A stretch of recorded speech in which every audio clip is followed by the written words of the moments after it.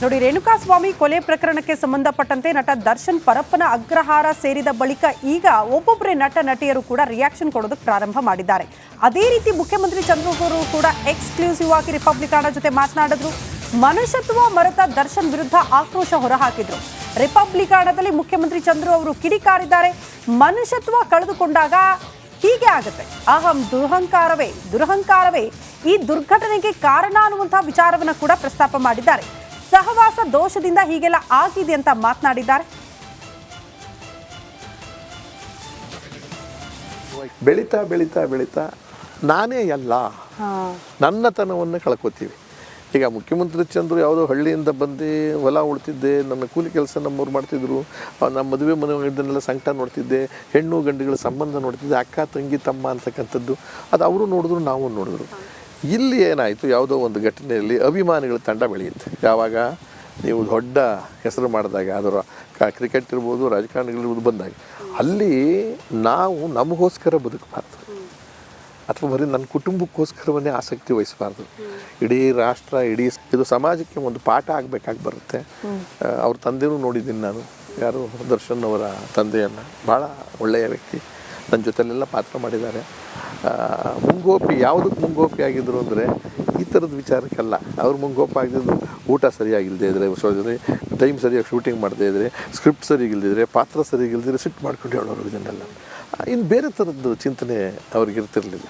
ಆಮೇಲೆ ಅವ್ರಿಗೂ ಸಿಗರೇಟ್ ಸೇದೋ ಚಟ ಆಯಿತು, ನನಗೂ ಇತ್ತು, ನಾವು ಅಲ್ಲಿ ಸ್ವಲ್ಪ ಪಾನಿ ಆಯಿತು, ನಾವು ಅವೆಲ್ಲ ತಪ್ಪೇ. ಸಮಾಜದಲ್ಲಿ ನಾನು ದೊಡ್ಡ ಮನುಷ್ಯ ಆದಾಗ ಆದರೆ ನಮ್ಮ ಖುಷಿ ಅಂತ ಒಂದಿರುತ್ತಲ್ಲ, ಅದು ಇತಿಮಿತಿಲಿ ಇರ್ತಿತ್ತು. ಇಲ್ಲಿ ಇತಿಮಿತಿ ಮೀರೋಯ್ತು ಅಂತ ಕಾಣಿಸುತ್ತೆ. ಆಮೇಲೆ ಅದೇ ನಾನು ಹೇಳಿದಾಗೆ, ಯಾವ ಸಂದರ್ಭದಲ್ಲಿ ತಾವು ಮೈ ಮರಿತೀವೋ, ನನ್ನನ್ನು ನಾನು ಮರಿತೀನೋ, ಮನುಷ್ಯತ್ವವನ್ನು ಕಳ್ಕೊತೀವೋ, ಅದು ಎಲ್ಲರಿಗೂ ಆಗುತ್ತೆ.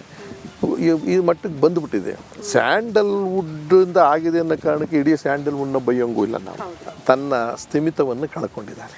ಅಂದರೆ ಅವರಿಗೆ ಅತಿಯಾದಂಥ ರೀತಿಯಲ್ಲಿ ವೇಗವಾಗಿ ದೊಡ್ಡ ಸಮಾಜದ ಬೆಂಬಲ, ಅಭಿಮಾನಿಗಳ ಪಡೆ, ಚಪ್ಪಾಳೆ, ಆಮೇಲೆ ಅದ್ರ ಜೊತೆ ಒಳಗೆ ವೈಯಕ್ತಿಕ ಅವನು ಅನುಭವಿಸಿದ್ನೆಲ್ಲ ಕಷ್ಟ, ಅದರ ಮೇಲೆ ದ್ವೇಷವಾಗಿ ಪರಿವರ್ತನೆ ಆಗಿ ಬಂದುಬಿಟ್ಟಿದೆ.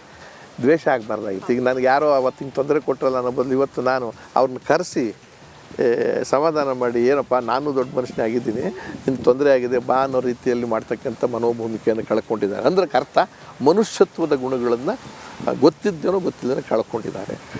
ಕಳ್ಕೊಂಡ್ರದನ್ನು ವಾಪಸ್ ಪಡೆದ್ರು ಒಳ್ಳೆಯದು. ಅವರೊಬ್ಬರೇ ಅಲ್ಲ, ಎಲ್ಲರೂ ಕೂಡ. ಅದಕ್ಕೆ ಬೇರೆ ಅರ್ಥ, ಒಬ್ಬರು ಅಹಮ್ಮು, ದುರಹಂಕಾರ, ಸಹವಾಸನೂ ಯಾಕಾಗುತ್ತೆ ಹೇಳ್ತೀನಿ ಕೇಳಮ್ಮ. ಈಗ ಅವರು ತುಂಬ ಹಿರಿಯರಾದ ನಮ್ಮಂಥವ್ರನ್ನ ಕುಂಡ್ರಿಸ್ಕೊಂಡು ಪಾರ್ಟಿ ಮಾಡೋಕ್ಕೆ ಸಾಧ್ಯನಾ? ಯಾಕೆ ಪಾರ್ಟಿ ಮಾಡೋಕ್ಕಾಗಲ್ಲ? ಈಗ ನಾನು ಸಿಕ್ಕಿದ ತಕ್ಷಣ ಕಾಲಿಗೆ ಬೀಳ್ತಾರೆ, ನಮಸ್ಕಾರ ಅಂತಾರೆ. ಅವ್ರು ಪಾರ್ಟಿ ಮಾಡ್ತಕ್ಕಂಥ ಜಾಗದ್ದು ಕೆಲವು ಚಟಾಚಪ್ಪಲಿರೋ ಜಾಗದಲ್ಲಿ, ಆ ಜಾಗದಲ್ಲಿ ಮುಖ್ಯಮಂತ್ರಿ ಚಂದ್ರು ಬಂದರೆ ಅವ್ರಿಗೆ ಮುಜುಗರ ಆಗಲ್ವಾ? ಡಾಕ್ಟರ್ ರಾಜ್ಕುಮಾರ್ ಅಂತವ್ರು ಯಾರನ್ನ ಬಂದರೂ ಕೂಡ ಅದು ಕಷ್ಟವಾದ ಕೆಲಸ ಇರೋದು. ಅವ್ರು ಯಾರ ಜೊತೆ ಇರಬೇಕಾಗುತ್ತೆ? ಅವರಿಗಿಂತ ರವಷ್ಟು ಆರ್ಥಿಕವಾಗಿ ಅಭದ್ರವಾಗಿರ್ತಕ್ಕಂಥವ್ರು ಮತ್ತು ಜ್ಞಾನದಲ್ಲೂ ಕಡಿಮೆ ಇರತಕ್ಕಂಥವ್ರು, ಚಾಲೆಂಜ್ ಮಾಡದೇ ಇರತಕ್ಕಂಥ ವ್ಯಕ್ತಿಗಳು ಇಂಥದ್ದು. ಅವರು ಚಪ್ಪಾಳೆ ತಟ್ಟಕ್ಕೆ ಶುರು ಮಾಡ್ತಾರೆ ಅವ್ರ ಅನುಕೂಲಕ್ಕೆ ತಕ್ಕಂತೆ.